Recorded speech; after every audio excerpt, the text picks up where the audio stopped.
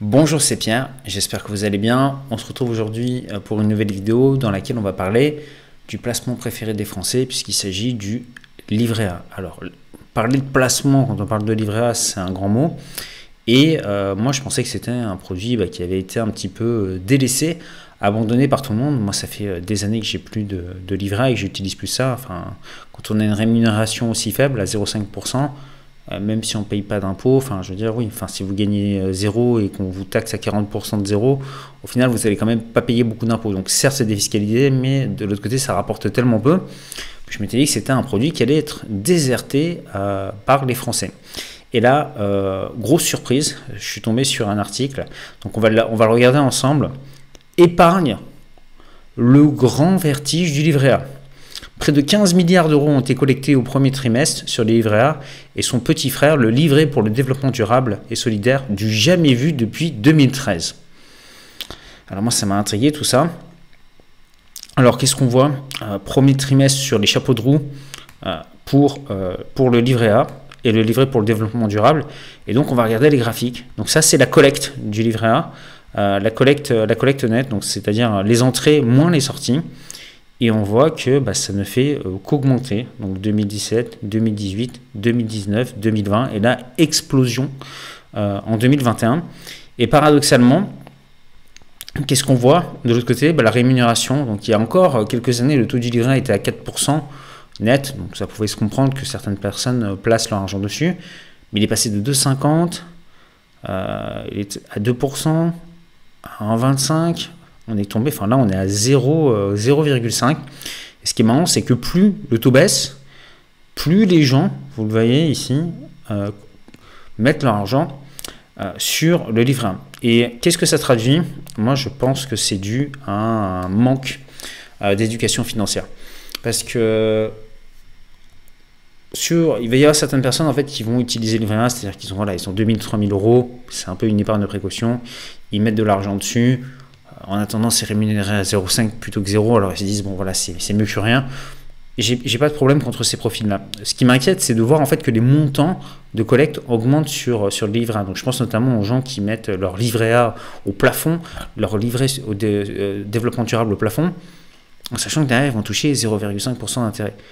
Pour moi, ce sont des personnes qui ne savent pas investir. Ce sont des personnes où il y a un manque d'éducation financière. D'un autre côté, en parallèle, qu'est-ce qu'on voit en ce moment? On voit que l'inflation fait son retour. C'est-à-dire que l'inflation est en train d'exploser. Donc l'inflation, c'est quoi? C'est l'augmentation des prix. C'est-à-dire que vous touchez par exemple toujours votre salaire. Donc admettons une personne qui touche 1500 euros par mois, son salaire va rester fixe, mais les prix dans les magasins vont augmenter. Donc mécaniquement, cette personne va s'appauvrir.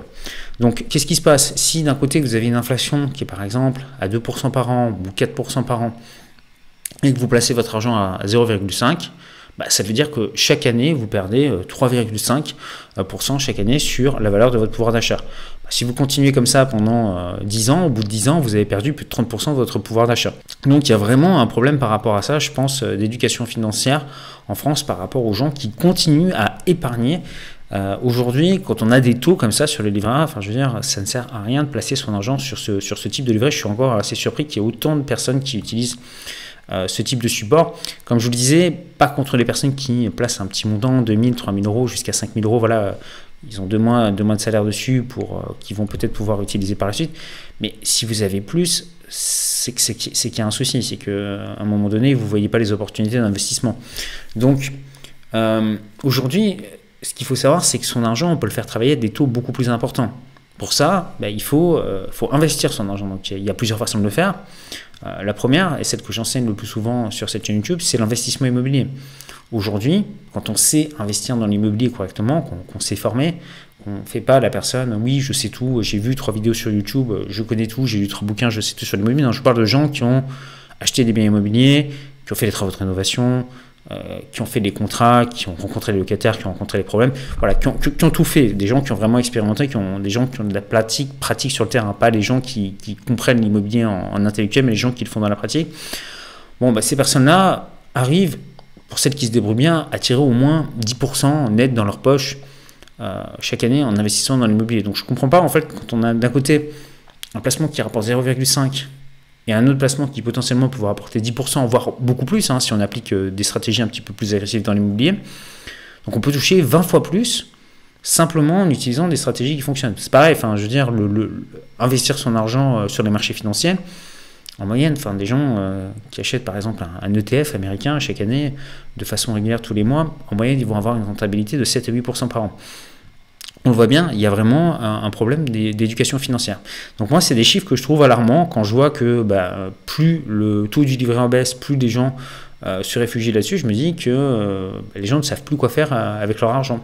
J'ai l'impression qu'on a été conditionné, que ce soit par nos parents, par l'école, à nous dire voilà, il ne faut pas prendre de risques, investir c'est dangereux, investir c'est prendre des risques, investir on va perdre son argent. Alors que dans la réalité, si c'est bien fait, si on fait les choses correctement et qu'on ne se lance pas tête baissée, il y a moyen d'investir son argent, alors, sans être spéculatif, mais aujourd'hui, c'est quand même très facile de gagner de l'argent dans l'immobilier. Pareil, si vous investissez sur votre argent en bourse, sur du moyen long terme, c'est pareil, c'est très facile de gagner de l'argent. Alors, il y a toujours un risque, c'est-à-dire que si vous avez un bien immobilier, vous pouvez rencontrer un petit souci à un moment donné. Si vous investissez sur les marchés financiers et que vous ne savez pas gérer vos émotions, il vaut mieux pas y toucher, mais si vous investissez sur de long terme, a priori, ça devrait bien se passer pour vous. Maintenant, il faut arrêter avec ces conneries du livret. Enfin, je sais plus quoi penser. Quand je vois des choses comme ça, je me pose, j'ai vraiment un moment, une question existentielle, je me dis, à quoi servent les vidéos sur cette chaîne YouTube? Franchement, est-ce que c'est du divertissement? Est-ce que je suis en train de faire du Norman fait des vidéos? J'ai pas l'impression. J'ai pas une tête de clown, j'ai pas une tête d'influenceuse, cheveux longs, bien gaulés et tout, donc je pense pas que vous me regardez non plus pour ça. À quoi servent les vidéos sur cette chaîne YouTube? Si c'est pour voir des choses comme ça, je remonte la courbe. Voilà, c'est en train de monter au ciel. Les gens collectent comme des malades sur le livret A. De l'autre côté, on voit l'inflation qui arrive, qui est en train d'exploser. On est face à un paradoxe là. Là, je vous avoue que ça défie toute logique. C'est vraiment de l'émotionnel. Donc, dans la vie, si vous voulez vous créer des revenus complémentaires, devenir indépendant financièrement, il faut se mettre à bosser, quoi. C'est pas en mettant son argent sur un livret A que les choses vont arriver. Si vous continuez comme ça pendant des années et des années et des années, votre situation elle sera la même dans 10 ans et voire même ça va empirer. Donc il faut à tout prix vous former, passer à l'action et puis commencer à investir. Bon, si vous ne savez pas par où commencer, moi ce que j'ai fait c'est que j'ai mis à votre disposition 1 heure de formation offerte.